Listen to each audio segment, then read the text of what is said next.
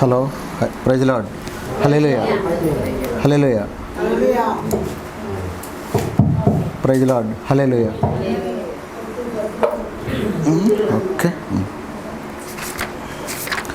దేవుని నామానికి వందనాలండి. మీ అందరికీ కూడా ప్రభువు నామంలో వందనాలు. నేనేమి ఎక్కడ ట్రైనింగ్ అవ్వలేదు. తర్వాత నేను పెద్ద పాస్టర్ గారిని కూడా కాదు. దేవుడి వాక్యాన్ని మీలాగే చదువుతుంటాను. ఆ చదివిన తర్వాత చదివిన వచనాలు ఏమైతే ఉన్నాయో లేదా ఆ వాక్యం ఏదైతే ఉందో చెప్పాలి, తెలియని వాళ్ళకి చెప్పాలి, అంతే తప్ప కానీ నేను మీలో ఒకడిని. ఓకే, సరే చాలా ముఖ్యమైనటువంటి విషయాన్ని ఈరోజు మాట్లాడుకుందాం. నాకు అరగంటే టైం ఇచ్చాడు అన్నయ్య, అరగంటలోనే క్లోజ్ చేసేస్తాను. కానీ చాలా ముఖ్యమైన విషయం మాట్లాడుకుందాం. మనం ఏదైనా చెయ్యాలి అనుకున్నాం అనుకోండి, ఏ పని చేయాలనుకున్నా లేదా ఏదైనా వద్దు అని అనుకున్నా మన దేవుడు ఏది చెప్తే అది చేస్తాము, ఏది వద్దంటే అది మానేస్తాం. అదే మన ప్రామాణికం. మన బైబిల్ చెప్పిందే మనం చేస్తాము, మన బైబిల్ వద్దు అంటే అది మానేస్తాం. అదే మన దేవుణ్ణి మనం పూజించడం, మన దేవుణ్ణి మనం గౌరవించడం, మన దేవుణ్ణి మనం ప్రేమించడం. ఓకే, అయితే ఆయన బిడ్డల్ని, తండ్రి అయినటువంటి మన దేవుని యొక్క బిడ్డల్ని అంటే మనల్ని సైతాన్ ఏం చేస్తాడంటే మెల్లమెల్లగా ఏదో విధంగా ఆయన దగ్గర నుంచి దూరపరుస్తామని చూస్తూ ఉంటాడు. ఎప్పుడూ కూడా ఆడి ప్రయత్నం అదే. మనం దేవునికి ఎంత సమీపంగా వెళ్తామో ఆడంత విధంగా మన మీద కాపలా కాసి గర్జించు సింహంలా తిరుగుతూ ఉంటాడు. ఎవరిని మింగేద్దామా అలాగని. ఆడి పనే అది. అంటే మనల్ని దేవుడి దగ్గర నుంచి దూరం చేయడమే ఆడి పని. ఆయన దగ్గర నుంచి మనం దూరం అయిపోయాం అనుకోండి, అప్పుడు ఇంకా ఆడికి ఆనందం, మనం నరకంలో పోతాం. మనల్ని దేవుడి దగ్గర నుంచి దూరం చేసి మెల్లగా మన నరకంలో పడి చేయడం వరకే ఆడి పని, ఆడి ఉద్యోగమే అది. చూడండి, అవ్వమ్మ గారు ఆదాంతోటి అవ్వతోటి నువ్వు ఆ పండు తినొద్దు అంటే మెల్లగా ఎంటర్ అయ్యాడు ఆ ఏదైనా వనంలోకి.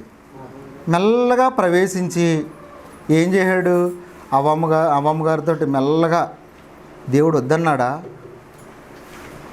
అది తింటే మీరు దేవదూతల వలె అయిపోతారు, మంచి చెడ్డలు తెలుస్తాయి అలాగని చెప్పేసి ఏం చేశాడండి, ఒక దేవుడు మాట మీదే అనుమానం వచ్చేలా చేసి మెల్లగా తినిపించేసిన తర్వాత అక్కడి నుంచి దేవుడి దగ్గర నుంచి దూరం అయిపోయారు వాళ్ళు. ఇంకా అక్కడ దేవుడు ఏం చేశాడు, అక్కడి నుంచి వాళ్ళని పంపించేశాడు కదా. అక్కడ ఉండవలేదు, ఏదైనా వనంలో ఉండవలేదు. అలా ఏంటంటే మనల్ని ఎప్పుడు కూడా దేవుడి దగ్గర నుంచి మెల్లగా దూరపరచడమే ఆడి పని. అది బాగా గుర్తుపెట్టుకోండి, ఆడి ఉద్యోగమే అది. ఇప్పుడు కూడా ఆడి పని అదే, మనల్ని దేవుడి దగ్గర నుంచి మెల్లగా దూరపరచాలి, అదే ఆడి పని. అయితే మన దేవుడు ఎంత దగ్గర సమీపంగా ఉండాలని కోరుకుంటున్నాడంటే, బైబిల్ వచనాలు ఎక్కువ ఉంటాయి, ఒకసారి తీయండి. బైబిల్ నుంచే మనం చూసుకుందాం. ప్రామాణికం మనకు బైబిలే. నిర్గమాకాండము 20వ అధ్యాయము 3వ వచనం 4వ వచనం. చాలా త్వరగా తీయాలా. నేను తప్ప వేరొక్క దేవుడు నీకు ఉండకూడదు. పైన ఆకాశం అందే కానీ క్రింద భూమి అందే కానీ భూమి క్రింద నీళ్ళ యందే కానీ ఇండు దేని రూపాన్ని మీరు విగ్రహాన్నైనా సరే మీరు చేసుకోకూడదు. ఇది దేవుడు మనకు చెప్పాడు. ఆకాశమందు కానీ భూమి మీద కానీ సముద్రంలో కానీ చేపలు కానీ ఏ ఆకారాన్ని కానీ మీరు పూజించకూడదు, వాటిని చేసుకోకూడదు. ఒకే ఒక మాట, నేను తప్ప వేరొక్క దేవుడు నీకు ఉండకూడదు. సరేనా? అదే మాటని ఇంకో దగ్గర కూడా చెప్పాడండి. ద్వితీయోపదేశకాండము 5వ అధ్యాయము. మనం బైబిల్ నుంచి మాత్రమే తీసుకుందాం, బైబిల్ నుంచి తీసుకొని మాట్లాడుకుందాం ఈరోజంతా. 5వ అధ్యాయము 7, 8 వచనాలు. మళ్ళీ ఇంకొకసారి చెప్పాడు దేవుడు, నేను తప్ప వేరొక్క దేవుడు నీకు ఉండకూడదు. నేను తప్ప వేరొక్క దేవుడు నీకు ఉండకూడదు. పైన ఆకాశం అందే కానీ, కింద భూమి అందే కానీ, భూమి కింద ఉన్న నీళ్ళ అందే కానీ దేని రూపాన్ని కూడా, విగ్రహాన్ని కూడా నువ్వు చేసుకోకూడదు. వాటికి నమస్కరించకూడదు, వాటిని పూజింపకూడదు. నేనే దేవుణ్ణి అని దేవుడు స్పష్టంగా చెప్పాడు. మనకు దేవుడు 10 ఆజ్ఞలు ఇస్తే 10 ఆజ్ఞలో మొట్టమొదటి ఆజ్ఞ ఇదే, నేను తప్ప వేరొక దేవుడు మీకు ఉండకూడదు. ఇది అర్థమైంది కదా మీకు? ఇంకా ఇది ఫిక్స్ అయ్యి కదా. ఇంకా రెండోది మార్కు సువార్త. మన యేసుప్రభు వారు కూడా స్పష్టంగా ఇంకా చెప్పారు. మార్కు సువార్త 12వ అధ్యాయము, బైబిల్ నుంచి మాత్రమే మనం మాట్లాడుకుందాం. 12వ అధ్యాయము 28వ వచనం. 28వ వచనం. శాస్త్రుల్లో ఒకడు వచ్చి వారిని తిరస్కరించుట విని ఆయన వారికి బాగుగా ఉత్తరమిచ్చినని గ్రహించి ఆజ్ఞలన్నిటిలో ప్రధానమైన ఆజ్ఞ ఏది అని అడిగాడు. అడిగితే అప్పుడు మన ప్రభువారు ఏమని చెప్తున్నారంటే, చదవమ్మా, ప్రభువారు ఏం చెప్తున్నారంటే, అందుకు యేసు ప్రధానమైనది ఏదనగా, ఓ ఇశ్రాయేలు వినుము, మన దేవుడైన ప్రభువు అద్వితీయ ప్రభువు. నీవు నీ పూర్ణ హృదయముతో, నీ పూర్ణ ఆత్మతో, నీ పూర్ణ వివేకముతో, నీ పూర్ణ బలముతో నీ దేవుడైన ప్రభువును ప్రేమింపవలెను. ఇది ప్రధానమైన ఆజ్ఞ. నీ పూర్ణ వివేకము, నీ పూర్ణ బలము, నీ పూర్ణ మనసుతో నీ దేవుణ్ణి మాత్రమే ప్రేమించాలి. ఇది ప్రధానమైన ఆజ్ఞ. ఇక మీకు ఫిక్స్ అయ్యి కదా. ఇంక ఇది ఇంకా అంటే ఎట్టి పరిస్థితుల్లోనూ ఎవరిని, మరొక వ్యక్తిని ఎవరిని కూడా పూజించడానికి వీలు లేదు. అంతే కదా. ఇంకా తర్వాత మత్తయి సువార్త 10వ అధ్యాయము 37వ వచనం కూడా చూసేద్దాం. ఎవడైనా తండ్రినైనను తల్లినైనను నాకంటే ఎక్కువగా ప్రేమించువాడు నాకు పాత్రుడు కాడు. కుమారునైనను కుమార్తెనైనను నాకంటే ఎక్కువగా ప్రేమించువాడు నాకు పాత్రుడు కాడు. ఇంకా స్పష్టంగా దేవుడు ఇక్కడ చెప్పాడండి. ఎవరైనా, చాలామంది పిల్లల్ని ఎక్కువగా ప్రేమిస్తుంటారు. కొంతమంది అమ్మాయిలు తండ్రిని ఎక్కువగా అభిమానిస్తుంటారు. కానీ అక్కడ కూడా దేవుడు చాలా క్లియర్గా చెప్పేశాడు మనకి. ఏమనంటే, ఎవడైనా తన తండ్రినైనను తన తల్లినైనను ఎక్కువగా ప్రేమిస్తే ఆడు నాకు పాత్రుడు కాదు. ఎవడైనా కుమారుడినైనను కుమార్తెనైనను ఎక్కువగా ప్రేమిస్తే ఆడు కూడా నాకు పాత్రుడు కాడు. అంటే దీన్ని బట్టి దేవుడు ఏం కోరుకుంటున్నాడంటే, ప్రథమ స్థానం అయిందే. అంటే పిల్లల్ని ప్రేమించొద్దని చెప్పడం లేదు దేవుడు, నీ తల్లిదండ్రులు ప్రేమించొద్దని ఏం చెప్పడం లేదు.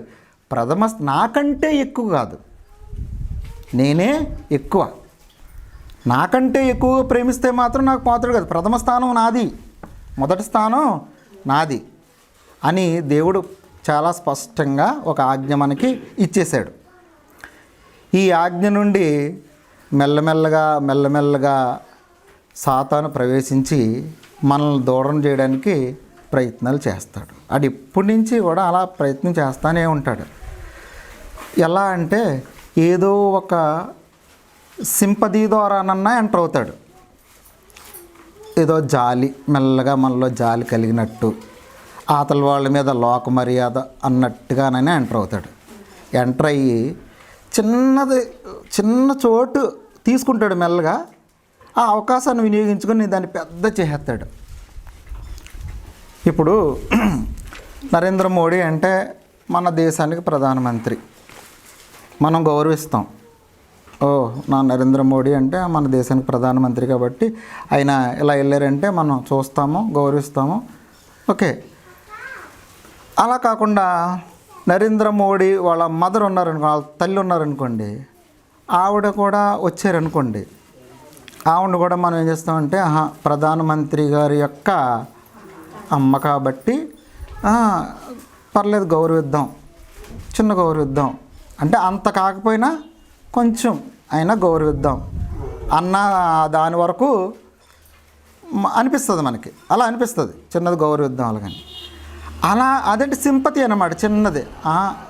ప్రధానమంత్రి గారు తల్లే కదా, ఆయన మన దేశానికి ప్రధానమంత్రి కాబట్టి ఆవిడ తల్లే కాబట్టి గౌరవిద్దాం అని చిన్న గౌరవం. అలా దాని ద్వారా అలా అంటే చిన్నది. మనం ఇక్కడ లోక మర్యాద అనేది అక్కడ మనం చూస్తున్నాం. లోక మర్యాద అది కొడుకుని కన్నది కాబట్టి తల్లి అని చిన్నది. అలాగే ఈ సింపతిని ఇప్పుడు ఈ చిన్న దారం చూసారా, కొడుకు యొక్క తల్లి, కొడుకు ప్రధానమంత్రి, కొడుకు యొక్క ఆ ప్రధానమంత్రిని కన్నా తల్లి. So we should respect her, ఆమెను కూడా మనం గౌరవిస్తాం. అలా అదే బాణీని అదే పద్ధతిని మెల్లమెల్లగా లాక్కొచ్చాడు సైతానుగాడు మన బైబిల్లో కూడా. మెల్లగా లాక్కొచ్చాడు. ఇప్పుడు దాకా మనం చదివిన వచనాలన్నీ ఏంటంటే నేనే దేవుణ్ణి, నేను తప్ప వేరొక దేవుడు నీకు ఉండకూడదు, పైన ఆకాశం అందే కానీ భూమి అందే కానీ భూమి కింద నీళ్ళ అందే కానీ దేని రూపాన్ని నువ్వు చేసుకొనకూడదు, ఎవడైనా తల్లినైనా ఎక్కువగా నాకు ప్రేమిస్తే నాకు పాత్రుడు కాదు అన్న దాన్ని మనం పాటిస్తుంటే దానిలోకి మెల్లగా ఎలా తీసుకొచ్చాడు అనమాట. ఎలా తీసుకొచ్చాడంటే యేసు ప్రభువుని కన్నది కదా, యేసు ప్రభువుని కన్నటువంటి ఆమె మరియా. యేసు ప్రభు దేవుడు, యేసు ప్రభు దేవుడు కాబట్టి ఆ దేవుడినే కన్నాది అంటే ఈవిడ కూడా కొంచెం గొప్పే, కొంచెం మర్యాద ఇద్దాం కొంచెం అన్న దాని వరకు అలా తీసుకొచ్చాడండి. తీసుకొచ్చిన తర్వాత ఏమైందంటే అది అలా మెల్లమెల్లగా ఒక పెద్ద ఆవిడకి గుళ్ళు కట్టేయడం, ఆవిడని పూజించేయడం. ఆవిడ్ని రీసెంట్గా నేను ఒక వీడియో చూసానండి, మొన్నే రీసెంట్గా ఒక 5-6 రోజులు అవుతుందన్నమాట. ఎక్కడ ఊరి పేరు అది నాకు సరిగ్గా తెలియదు కానీ ఏదో రామాపురమో ఏదో అంటున్నారు. అక్కడంట మరియమ్మ, కన్ని మరియమ్మ కంటిలో నుంచి రక్తం ఏదో కారుతుందంట, రక్తం వస్తుందంట. చాలామంది భక్తులు తండోపతండాలుగా అది చూడడానికి, అది తిలకించడానికి వెళ్తున్నారనమాట. ఎవరో ఒక అమ్మాయి మీద వాలిందంట ఆ అమ్మ, ఎవరో మరియమ్మ వాలితే ఆ అమ్మాయి కూడా ఎలా అంటే ఇలాగా మన యేసుప్రభువు వారు సిలువ వేసినప్పుడు కాలు మీద కాలు, తర్వాత చేతులు ఇలాగా సిలువ మీద పెడతారు కదా, అలాగే పెడుతుంది ఆ అమ్మాయి కూడా. చూడండి ఎవరో పెట్టారు, మన లావరాజు ఉన్నాడు కదా, ఆటో లావరాజులా ఉంది, పెట్టాడు, మన గ్రూప్లో పెట్టాడు. ఏంటని ఇలాగా క్లిక్ చేస్తే వచ్చిందనమాట. అలా ఎంతవరకు అంటే మెల్లగా ఒకళ్ళ దగ్గర నుంచి ఇంకొకళ్ళ దగ్గరికి చిన్న ఊరు పెద్ద ఊరు అలా మెల్లమెల్లగా పాకేసిందనమాట. ఇది పెద్ద అయిపోయింది. ఓకే, చూడండి, మన దేవుడు మాత్రమే, యేసు ప్రభువు మాత్రమే పూజార్హుడు. ఇక ఎవరు కూడా పూజార్హులు కాదు. ఇప్పుడు జ్ఞానులు ఉన్నారండి, 3 జ్ఞానులు. యేసు ప్రభు వారు పుట్టిన తర్వాత 3 జ్ఞానులు కలిపి మన యేసు ప్రభు వారి దగ్గరికి వెళ్ళారు, తూర్పుదేశ జ్ఞానులు. అక్కడికి వెళ్ళిన తర్వాత అక్కడ ఆ పశువుల పాకలో యేసు ప్రభుని చూశారు, తర్వాత మరియాని చూశారు, యేసేపుని చూశారు. కానీ వాళ్ళ ముగ్గురులో అక్కడ ఎవరిని పూజించారు? యేసు ప్రభువును మాత్రమే పూజించారు. ఒకసారి చూడండి, మత్తయి సువార్త 2వ అధ్యాయము 10వ వచనం. వారు ఆ నక్షత్రమును చూచి అత్యానందభరితులై ఇంటిలోనికి వచ్చి తల్లి అయిన మరియను ఆ శిశువును చూచారు, సాగిలపడి ఆయనను పూజించారు. ఆయన ఆ పెట్టెలు విప్పి బంగారమును, సాంబ్రాణి, బోళమును ఆయనకు కానుకలుగా సమర్పించారు. చూడడం అయితే అక్కడ మరియను కూడా చూశారు, కానీ పూజించడం ఎవరిని పూజించారు? యేసు ప్రభువును మాత్రమే పూజించారు. చిన్న శిశువు, అప్పటికి చిన్న శిశువు అయినప్పుడు కూడా ఆయన దేవుడని ఎరిగి ఆయన ఆయన్ని మాత్రమే పూజించారు. మరి పక్కనే ఉంది కదా తల్లి, మరి ఆవిడ కూడా పూజించవచ్చు కదా వాళ్ళు జ్ఞానులు. ఆయన్ని మాత్రమే పూజించారనమాట. ఆ తర్వాత మెల్లమెల్లగా 12 సంవత్సరాల వయసు వచ్చినప్పుడు యేసుప్రభు వారికి ఒకసారి యెరూషలేములో పండగ జరిగితే పండగకు వచ్చారు. యోసేపు, తర్వాత ఎవరో ఇంకో విషయం చెప్పడం మర్చిపోయాను, కన్యమరియా అంటుంటారు చాలామంది. కన్యమరియా కాదండి, యేసుప్రభువుని కన్నంత వరకే ఆమె కన్య. అంటే ఆమె ఆమె కోసం మనం చెప్పుకోవాల్సిన విషయం ఏంటంటే పరిశుద్ధంగా ఉంది, ఎలాంటి తప్పు చేయలేదు. చాలామంది ఏంటంటే ఇప్పుడు జనరేషన్ చాలా దారుణంగా ఉంది. పెళ్ళికి ముందే చాలా దారుణంగా ఉంటున్నారు. కానీ ఆమె చాలా పవిత్రంగా ఉండిపోయింది. నా భర్త తప్ప నాకు ఇంకెవ్వరు, మగ వాసన కూడా నన్ను టచ్ చేయడానికి వీల్లేదు అన్నంత నిష్ఠగా ఉండిపోయింది ఆమె. అందువలన ఏం చేశారంటే ప్రభువారు ఆమె గర్భం ద్వారా వచ్చారు. ఆ తర్వాత మళ్ళీ యేసేపుని పెళ్లి చేసుకున్న తర్వాత మళ్ళీ ఆమె పిల్లలకన్నది. యేసేపుతో కాపురం చేసిన తర్వాత పిల్లలు పుట్టారు. పిల్లలు పుట్టిన తర్వాత అప్పుడు కన్య అవ్వదు. ఆవిడ పెళ్ళి కాకపోతే మాత్రమే కన్య. ఇప్పుడు జయలలిత ఉందండి, జయలలిత పెళ్లి చేసుకోలేదు. అందుకే ఆమెను ఎప్పుడు కూడా కుమారి అంటారు. కుమారి అంటే పెళ్ళి కాందన్నమాట. పెళ్ళి అయిపోతే ఏమంటారంటే శ్రీమతి అంటారు. ఇప్పుడు కన్యమరియమ్మ కాదు ఆవిడ, శ్రీమతి. పిల్లలు పుట్టారు. ఓకేనా?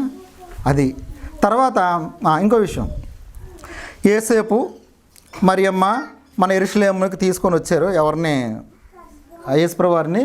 అప్పుడు 12 సంవత్సరాలే. ఆ తర్వాత పండగ అయిపోయింది, వెళ్ళిపోతున్నారు. వెళ్ళిపోయిన తర్వాత మన చుట్టాల దగ్గర అక్కడ ఉంటాడులే మన యేసుప్రభు అని చెప్పేసి వాళ్ళు నడుచుకుంటూ వెళ్ళిపోతే ఒక రోజు అంత ప్రయాణం దూరం వెళ్ళిపోయారు.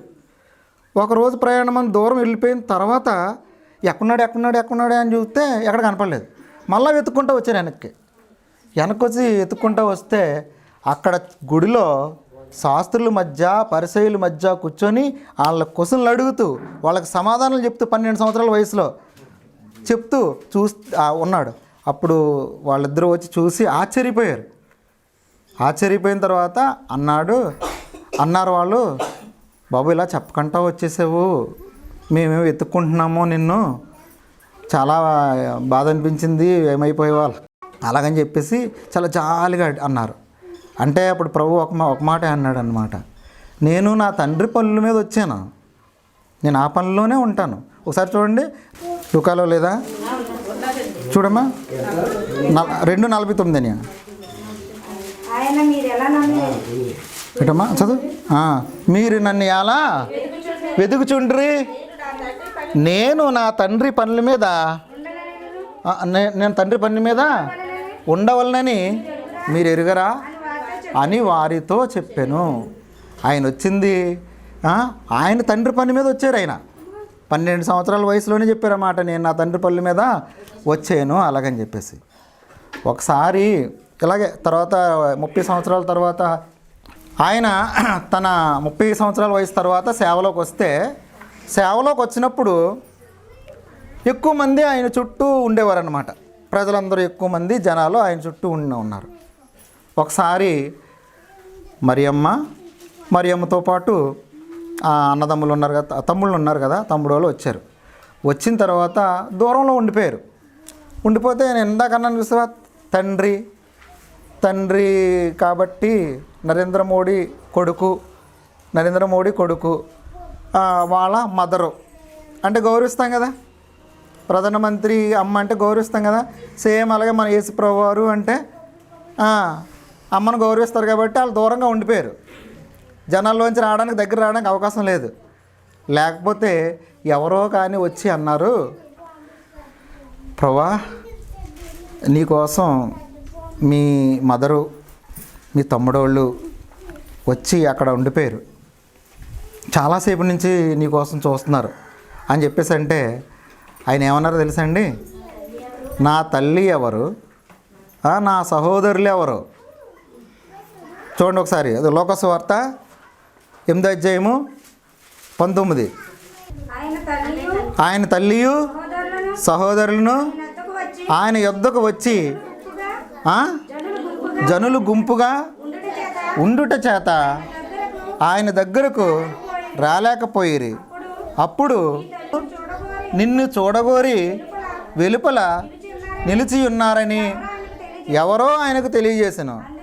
అందుకైన దేవుని వాక్యము విని దాని ప్రకారం జరిగించు వీరే నా తల్లియు నా సహోదరులు అని వారితో చెప్పాను. నా తల్లి నా సహోదరులు ఎవరు? దేవుడు వాక్యాన్ని ఎవరైతే వింటారో, దాని ప్రకారంగా ఎవరైతే నడుచుకుంటారో వాళ్ళే నా తల్లి నా సహోదరులు అని చెప్పాడండి అక్కడ. ఓకేనా? అంటే అక్కడ ఆ తల్లిని గౌరవించలేదని కాదండి. దేవుడు దేవుడే, ఆమెను కన్నా ఆమె మానవ మాతృరాలండి ఆమె. ఇప్పుడు ఏదైనా వనంలోని మన మాట్లాడుకుంటారు, మనం నరులను చేయదము, మన పోలికలా ఉన్నటువంటి నరులను చేయదము అని తండ్రి కుమార పరిశుద్ధాత్మ మాట్లాడుకుంటారు. అక్కడ మరియమ్మ ఉందా చెప్పండి? లేదు. ఆ తర్వాత పండు తినేసిన తర్వాత వాళ్ళకు మంచి చెట్లు ఎరిగిన తర్వాత మరలా మాట్లాడుకుంటారు. వాళ్ళు ఏమని మాట్లాడుకుంటారంటే, అప్పుడు దేవుడైన యెహోవా ఇదిగో మంచి చెడ్డలను ఎరిగినట్లు ఆదాము మనలో ఒకడి వంటి వాడాయను అని మళ్ళా తండ్రి కుమార పరిశుద్ధాత్మ మాట్లాడుకుంటారు. అక్కడ మరియమ్మ లేదు. పోనీ ఆ తర్వాత మోషే గారు సైన్యానందరినీ ఇశ్రాయేల్ అందరినీ తీసుకొచ్చినప్పుడు ఎర్ర సముద్రాన్ని ఎవరు పాయలు చేశారండి? దేవుడైన యెహోవా. మరియం పాయలు చేసిందా? ఆ తర్వాత మాకు నీళ్ళు లేవో అని చెప్పేసి ఇశ్రాయేల్ అందరూ అంటే బండ నుంచి నీళ్ళు ఎవరు రప్పించారు? మన దేవుడైన యెహోవా. ఊరుడి బిడ్డలని మన్నాన్ని కురిపించింది ఎవరు? మన దేవుడైన యెహోవా. తర్వాత ఆ దానియేలు సింహభూమంలో పడిచేస్తే సింహాల నోటిని కాపాడింది ఎవరు? మన దేవుడైన యెహోవా. మరియమ్మ. సొలొమోనుకి జ్ఞానం ఇచ్చింది ఎవరు? తర్వాత అగ్నిగుండంలో షడ్రక్ మేషక్ అబేద్నెగోలను పడిచేస్తే రక్షించింది ఎవరు? ఎన్ని ఉన్నాయండి. 5 రెట్లు 2 చేపలు 5,000 మందికి పంచిపెట్టింది ఎవరు? మన యేసు ప్రభు, మన యెహోవా, మన తండ్రి. కుంటి వాళ్ళకి కాళ్ళు ఇచ్చింది ఎవరు? గుడ్డి వాళ్ళు బాగు చేసింది ఎవరు? శిలువలో చనిపోయింది ఎవరు? మన యేసు ప్రభు. మరియమ్మ. ఏమైనా సంబంధం ఉందండి? చివరికి శిలువలో చనిపోయిన తర్వాత అక్కడ కూడా అమ్మ ఇడుగో నీ కొడుకు అలాగని చెప్పేసి యోహాను గారిని తోడుగా ఇస్తాడు. ఆ తర్వాత ఆయన పైకి ఎత్తబడినప్పుడు అక్కడ ఒక మేడగదిలోకి ఈ శిష్యులందరూ కూడా వెళ్ళి ప్రార్థన చేసుకుంటే ఆ ప్రార్థనలో మరియమ్మ కూడా ఉండి ప్రభువారికి ప్రార్థన చేస్తుందండి. ఒకసారి చూడండి, అపోస్తుల కార్యములు 1వ అధ్యాయము. చాలా ఎక్కువగా ప్రిపేర్ అయ్యి చెప్దాం అనుకున్నానండి, అన్నీ నాకు అంటే అర్థమవుతుంది కదా కాన్సెప్టు. ఇది చాలా విలువైందండి, చాలా విలువైంది ఇది. అసలు ఎక్కడ ఉండదు, పైన చెప్పుకుంటూ పోతారు. అపోస్తుల కార్యములు 1వ అధ్యాయము 6వ వచనం నుంచి అండి, 6 నుంచి 14 వరకు ఎలా వెళ్ళాలి. కాబట్టి వారు కూడి వచ్చినప్పుడు, ప్రభువా ఈ కాలమందు ఇశ్రాయేలునకు చదువుమా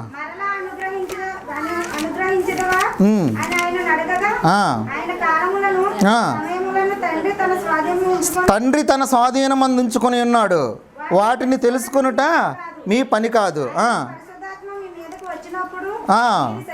మీరు శక్తి నొందుదురు.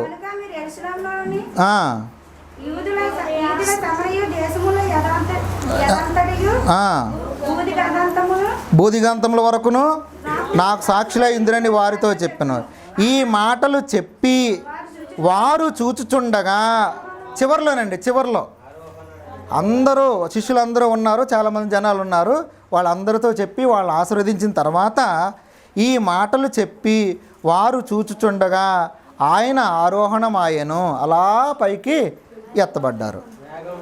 అప్పుడు వారి కన్నులకు కనబడకుండా ఒక మేఘము ఆయనను కొనిపోయెను. ఆయన వెళ్ళుచుండగా ఆకాశం వైపు తేరి చూచుచుండిరి. ఇద్దరు మనుషులు వారి యొద్ద నిలిచి, గలిలయ మనుషులారా, మీరెందుకు నిలిచి ఆకాశం వైపు చూచున్నారు? మీ యొద్ద నుండి పరలోకమునకు చేర్చుకొనబడిన ఈ యేసే ఏ రీతిగా పరలోకమునకు వెళ్ళుట మీరు చూచితురో ఆ రీతిగానే ఆయన తిరిగి వచ్చునని వారితో చెప్పాను. అలా పైకి ఆరోహణమై వెళ్ళిపోతే అక్కడ మళ్ళా ఇద్దరు దేవదూతలు అక్కడ నిలబడి, మీరు అలా చూస్తూ ఉండిపోయారు. మన శిష్యులందరూ కూడా అలా చూస్తూ ఉండిపోతే మీరు ఎందుకు అలా ఆకాశం వైపు తిరిగి చూస్తున్నారు? ఆయన ఎలాగైతే వెళ్ళాడో మళ్ళా తిరిగి అలాగే వస్తాడు అని చెప్పారు. చెప్పిన తర్వాత అప్పుడు వారు ఒలీవ కొనమనబడిన కొండ నుండి యెరూషలేమునకు తిరిగి వెళ్ళిరి. ఆ కొండ యెరూషలేమునకు విశ్రాంతి దినమున నడవగలిగినంత సమీపంగా ఉన్నది. వారు పట్టణంలో ప్రవేశించి తాము బస చేయుచుండిన మేడగదిలోనికి ఎక్కిపోయిరి. వారెవరనగా పేతురు, యోహాను, యాకోబు, ఆంద్రేయ, ఫిలిప్పు, తోమ, బర్తలోమయి, మత్తయి, అల్పై కుమారుడు యాకోబు, జెలోతే అనబడిన సీమోను, యాకోబు సహోదరుడు యోధా అనువారు. వీరితో కూడా కొందరు స్త్రీలను, యేసు తల్లి అయిన మరియయు ఆయన సహోదరులను ఏక మనసుతో ఎడతెగక ప్రార్థన చెయ్యుచుండిరి. తల్లి అయిన మరియా ఆయన సహోదరులు ఎడతెగక యేసు ప్రభు వారికి ప్రార్థన చెయ్యుచుండిరి. అవునా కదండి? మెల్లమెల్లగా మనిషి ఏం చేశాడంటే అన్ని జనుల యొక్క విధానాన్ని గమనించుకున్నాడో ఏంటో.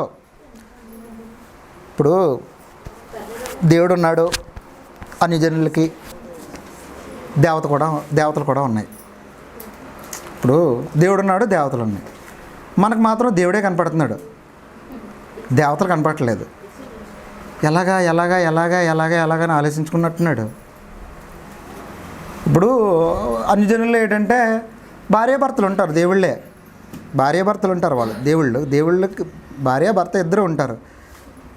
దేవుడిగా భర్తని, భార్యగానేమో వాళ్ళ భార్యని దేవతగానేమో భార్యని కొలుస్తూ ఉంటారు. అదొక ఇది మన వాళ్ళకి. వాళ్ళ చుట్టాలు, వాళ్ళ పిల్లలు అందరూ దేవుళ్ళే అక్కడ వాళ్ళకి.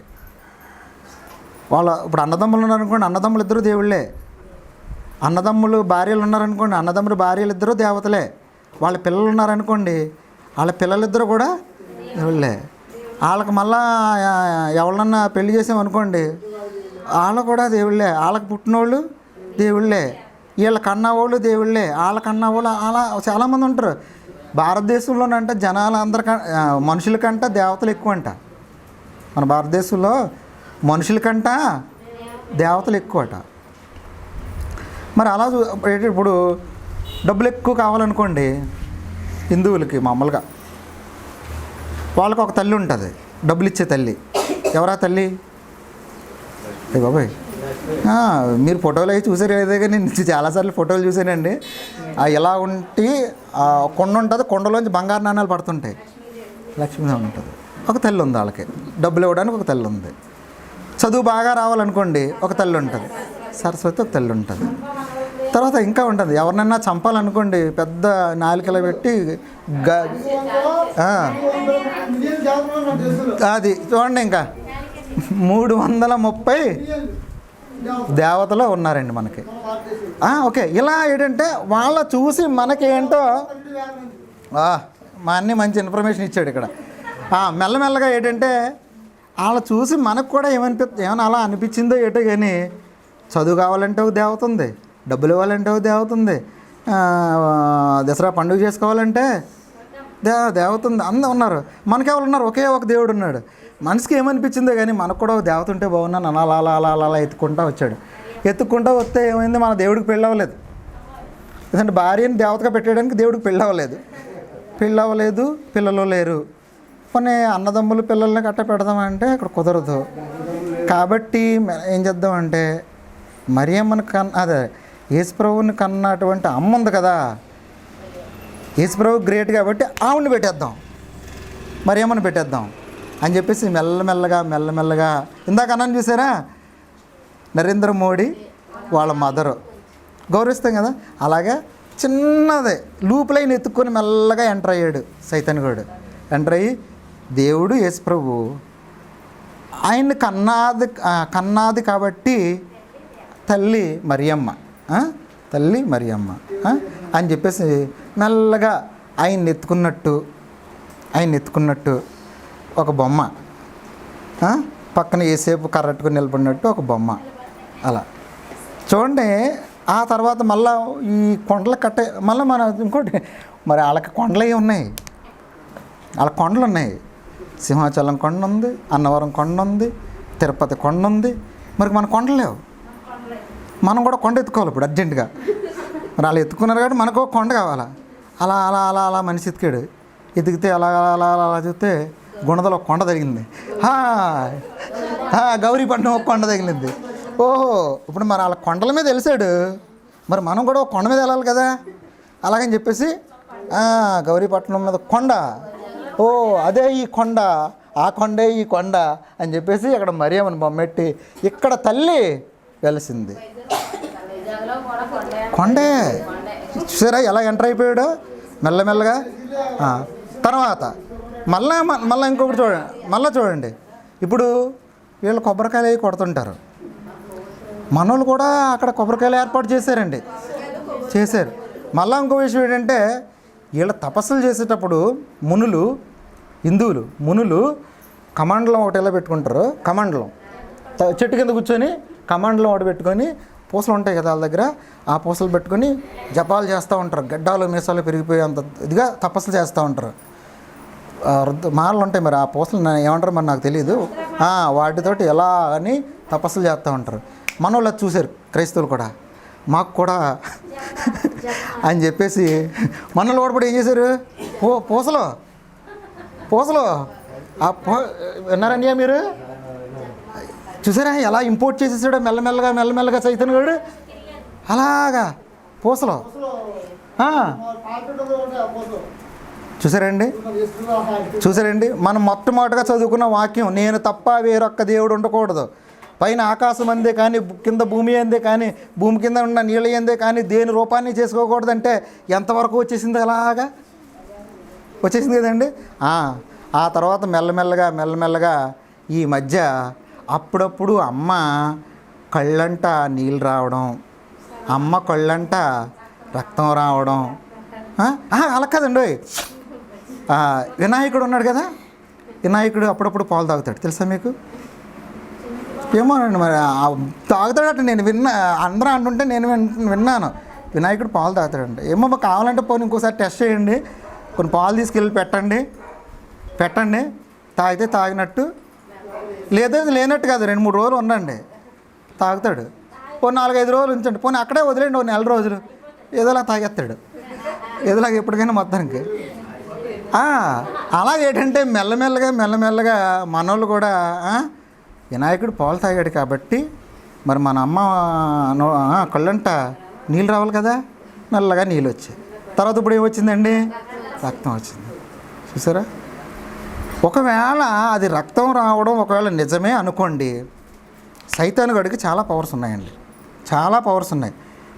ఎంతవరకు పవర్స్ ఉన్నాయంటే ఒక్క నిమిషంలో దేవుణ్ణి మొత్తం అంతా తిప్పేసి ఇదంతా నీకు ఇచ్చేస్తాను, ఒక్కసారి నీ కాల్ముక్తా బాంచే నన్ను, ఒక్కసారి ఇదంతా నీకు ఇచ్చేస్తాను.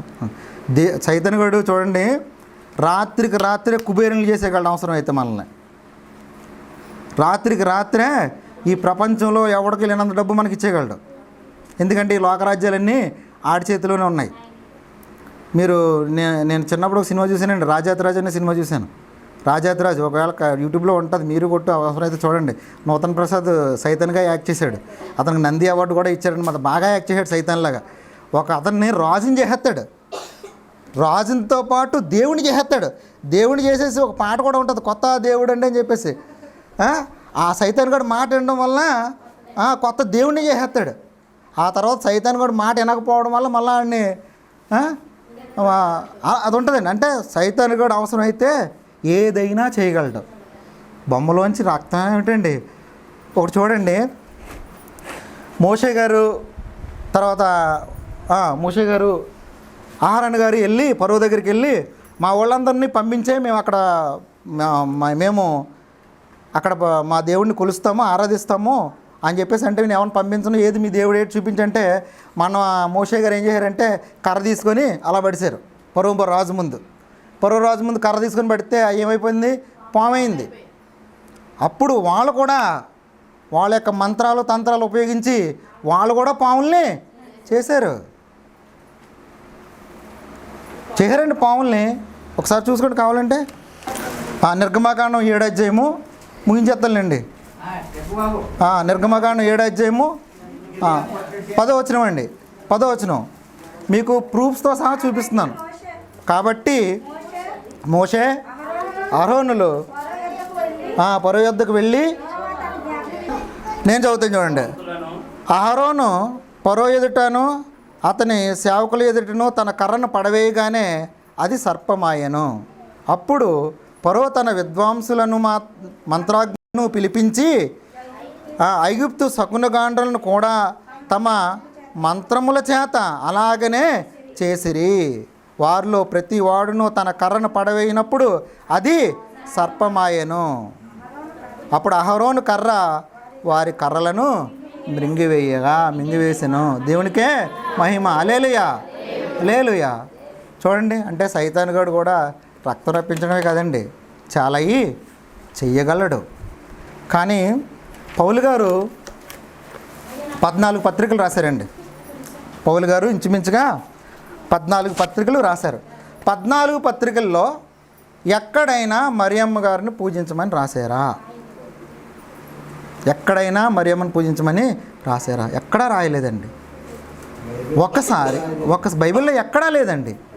ఇంకో విషయం ఒకసారి పౌలు గారు ఒక వ్యక్తిని స్వస్థపరిస్తే వాళ్ళు ఏం చేశారంటే, అయ్యో వీళ్ళు దేవుని యొక్క దూతలు దేవుని పరలోకం నుండి వచ్చారు అని చెప్పేసి ఆ పౌలు గారికి తర్వాత బర్నబా గారు వాళ్ళిద్దరికి కలిపి బలి అర్పిందాము అలాగని చెప్పేసి వాళ్ళు ఏం చేశారంటే బలి అర్పించడానికి ఏర్పాట్లు చేశారండి. ఏర్పాట్లు చేస్తే ఈ మాట తెలుసుకున్నారు వాళ్ళు పౌలు గారు బర్నబా గారు తెలుసుకొని వాళ్ళ బట్టలు చింపేసుకొని దేవుడు మాత్రమే పూజార్హుడు. చూసేయండి బాబు, అది కూడా ఒకసారి చూసేయండి, మానేద్దాంలేండి ఒక్కసారి. అపోస్తుల కార్యములు 14వ అధ్యాయము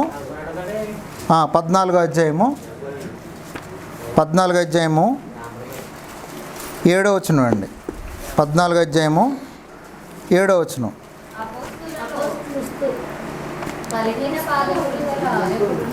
బలహీన పాదములు గల ఒకడు ఉండెను.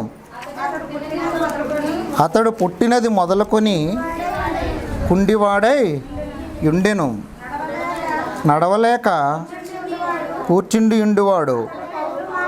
ఓకే, అతడు పౌలు మాట వినెను.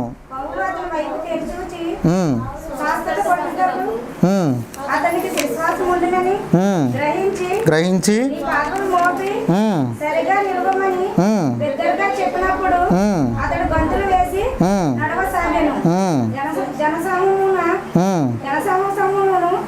నేను చూడండి 14 వచ్చేయండి.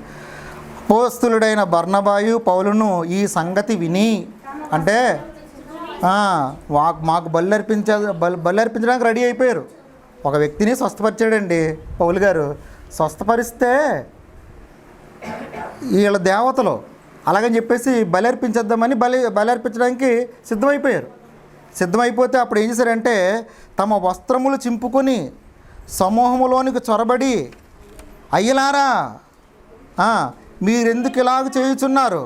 మేము కూడా మీ స్వభావం వంటి స్వభావం గల నరులమే. మీరు ఈ వ్యర్థమాటిని విడిచిపెట్టి ఆకాశమును భూమిని సముద్రమును వాటిలో ఉండు సమస్తమును సృజించిన జీవముగల దేవుని వైపు తిరగవలనని మీకు సువార్త ప్రకటించుచున్నాము. చూడండి, అంత సువార్త ప్రకటించినటువంటి వారు. ఇంకో విషయం ఏంటంటే వద్దమ్మా చాలు, ఇంకా సువార్త ప్రకటించి అంత సేవ చేసిన వాళ్ళు కూడా ఎప్పుడు కూడా మరియం ప్రస్తావన రాలేదు. వాళ్ళకి దండం పెడితేనే ఒప్పుకోలేదు. ఒకసారి ఆ ప్రకటన గ్రంథం కూడా ఒకసారి తీయండి అమ్మా. 22:8 ప్రకటన 22:8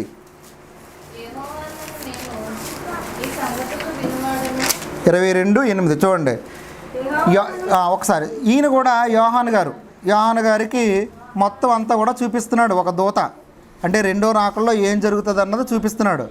చూపిస్తుంటే రెండో రాకల్లో ఏం జరుగుతుంది అన్నది చూపిస్తుంటే మొత్తం ఏం జరగబోతుందో యోహాను గారికి దూత చూపిస్తున్నాడు. చూస్తే అదంతా చూసిన తర్వాత ఆ దూతకి యోహాను గారు ఏం చేశారంటే, యోహానను నేను ఈ సంగతులను వినినవాడను, చూచినవాడను.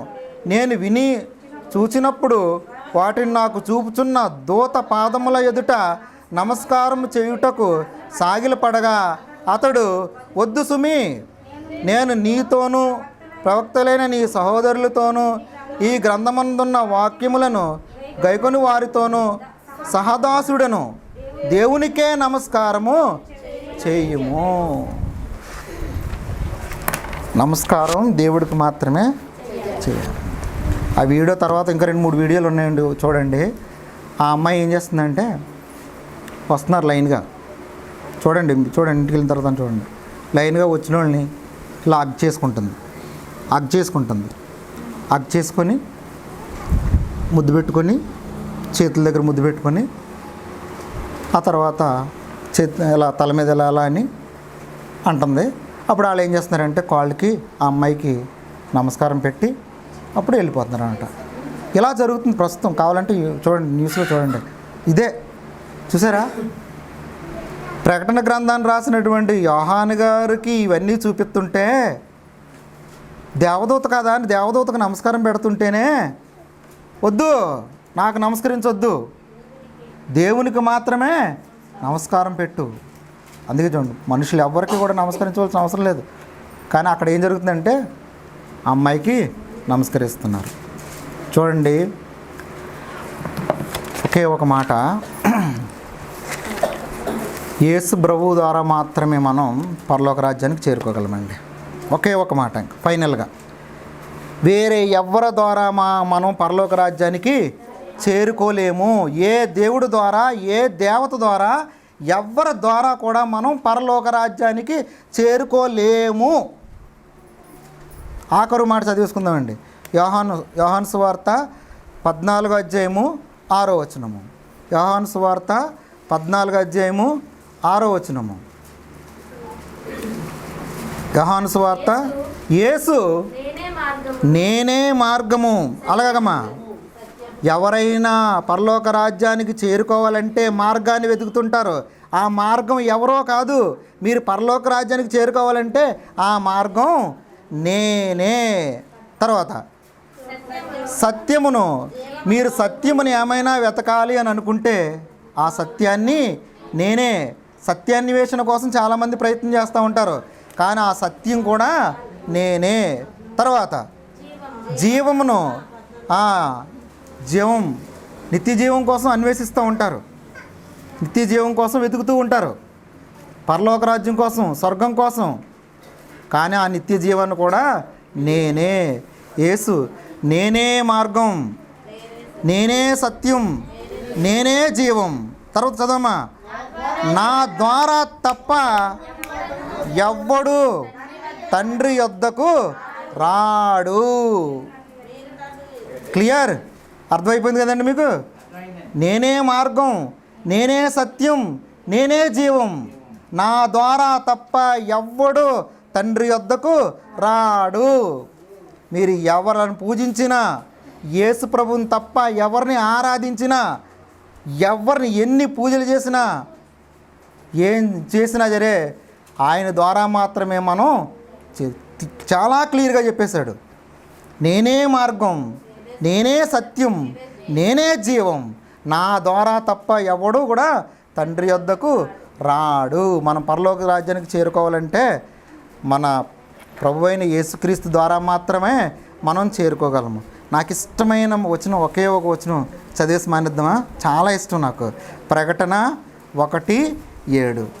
ప్రకటన 1:7. ప్రకటన 1:7. ఇదిగో ఆయన మేఘారూరుడై వచ్చుచున్నాడు. ప్రతి నేత్రము ఆయనను చూచును. ఆయనను పొడిచిన వారును చూచెదరు. భూజనులందరూ ఆయనను చూచి రొమ్ము కొట్టుకొందురు. అవును, ఆమేన్. ఆయన వస్తున్నాడు. ఇదిగో ఆయన త్వరగా వచ్చేస్తున్నాడు. అందరూ చూస్తారు. అందరూ, ప్రతి ఒక్కరు, వేరు వేరు దేవతలను ఆరాధించేవాళ్ళు, మరియమ్మను ఆరాధించేవాళ్ళు అందరూ చూస్తారు. భూజనులు అందరూ చూస్తారు. ఆయన్ను పొడిచిన వాళ్ళు కూడా చూస్తారు. తర్వాత ఐటమ్ లాస్ట్ వరకు మళ్ళీ ఇంకొకసారి చదువు. బాగా చదవాలా? భూజనులందరూ ఆయనను చూచి రొమ్ము కొట్టుకుందరు. అయ్యో అయ్యో అయ్యో, యేసుప్రభుని ప్రకటించే, యేసుప్రభు కోసం చెప్తూ ఉంటే మేము వినలేదు. మా సంబరాలు, మా డ్యాన్సులు, మా తెయ్తిక్కలు, ఓహో ఆహా, అప్పుడు రొమ్ము కొట్టుకుంటారు. యేసుప్రభు వచ్చాడండి. చరిత్ర చెప్తుంది. యేసుప్రభు వచ్చి ఎన్ని సంవత్సరాలు అవుతుంది? 2024. మన దేవుడు వచ్చిన దగ్గర నుంచే క్యాలెండర్ స్టార్ట్ చేశారు. క్రీస్తు పూర్వం అంటారు, ముందు జరిగింది. తర్వాత క్రీస్తు శకము అంటారు. చరిత్ర ఆధారం. మళ్ళీ మన దేవుడు మళ్ళీ తిరిగి వస్తున్నాడు. అందరూ రొమ్ము కొట్టుకుంటారు అప్పుడు. కానీ మనం ఆయన నమ్ముకున్నాం కాబట్టి హాయిగా ఆయనతో పాటు ఎత్తబడతాం, ఆయన రాజ్యానికి చేరుకుంటాం. హల్లెలూయా. Thank you. అన్నయ్య ఒక పాట పాడాల, మొన్న ఎక్కలేదు అది. అనే ఒక పాట పాడితే పర్లేదు. మొన్న రోజు ఎక్కలేదు.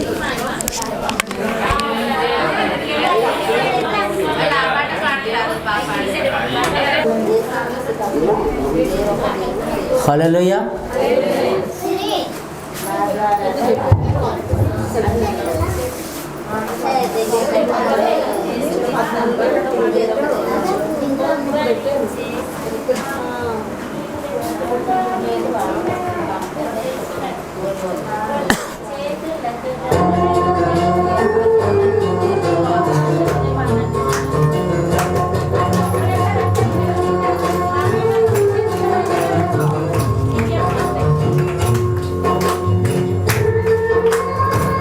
హల్లెలూయా.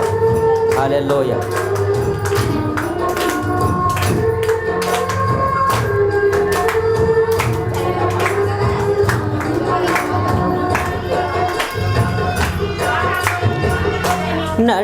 నడిపించుతున్నాడు నజరేయుడు. పట్టకండి. నడక నేర్పుతున్నాడు నన్ను ఎడువని దేవుడు. నడిపించుతున్నాడు నజరేయుడు. నడక నేర్పుతున్నాడు నన్ను ఎడువని దేవుడు. గాఢాంధకారములైన కన్నీటి లోయలైన కష్టాల తీరములైన కఠినమైన మార్గములైన నడిపించుతున్నాడు నజరేయుడు. నడక నేర్పుతున్నాడు నన్ను ఎడువని దేవుడు.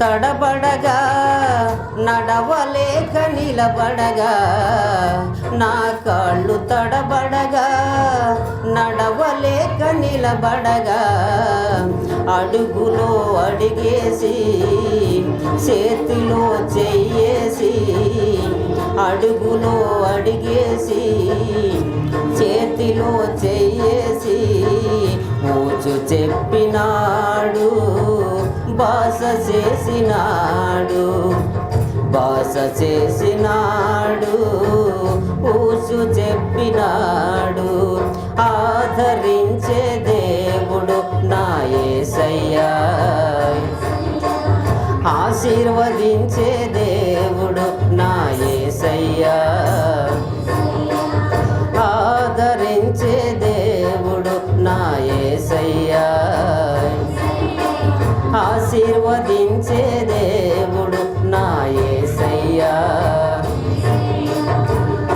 నడిపించుతున్నాడు నజరేయుడు, నడక నేర్పుతున్నాడు నన్ను ఎడువని దేవుడు.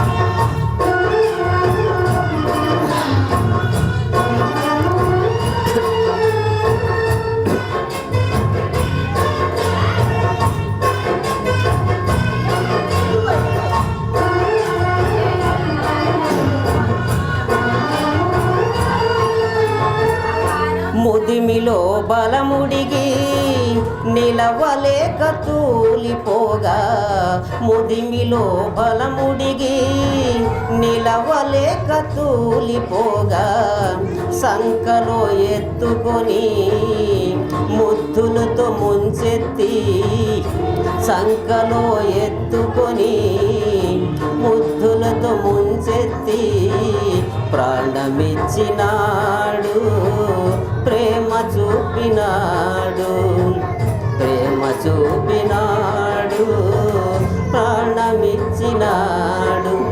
ప్రాణమిచ్చే దేవుడు నా యేసయ్యా, ప్రేమ చూపే దేవుడు నా యేసయ్యా, ప్రాణమిచ్చే దేవుడు నా యేసయ్యా, ప్రేమ చూపే దేవుడు నా యేసయ్యా. నడిపించుతున్నాడు నజరేయుడు, నడక నేర్పుతున్నాడు నన్ను ఎడువని దేవుడు. గాఢాంధకారములైనా కన్నీటి లోయలైనా, కష్టాల తీరములైనా కఠినమైన మార్గములైనా నడిపించుతున్నాడు నజరేయుడు, నడక నేర్పుతున్నాడు నన్ను ఎడువని దేవుడు. హల్లెలూయా.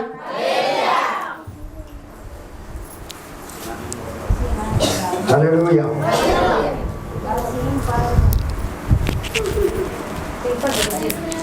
దేవునికి మహిమ కలుగును గాక. చాలా చక్కగా పాట పాడి వినిపించినట్టు యోనా గారిని దేవుడు దీవించును గాక. చక్కటి వర్తమానం అందించిన తమ్ముడు ప్రకాష్ని దేవుడు దీవించును గాక. హల్లెలూయా. ఏం చెప్పారండి? ఎవరు దేవుడు, ఎవరిని దేవుడు, ఎవరిని పూజిస్తున్నారో, ఎవరిని పూజించాలో 3 విషయాలు చాలా చక్కగా రిఫరెన్స్లతో సహా వివరించారు. చక్కగా చెప్పండి పడదాం ఒకసారి. కాబట్టి వచ్చే వారు ఇంకా మంచి వర్తమానాన్ని ఇంకా చెందకూడదు. ఎందుకంటే గొప్ప వర్తమానం మరొకటి ఏంటి అంటే ఇదే గొప్ప వర్తమానం. ఏదైనా మంచి వర్తమానం అందించిన తమ్ముడిని బాబు దీవించిన కాక మనమందరం దయచేసి నిలబడి అందరూ నిలబడి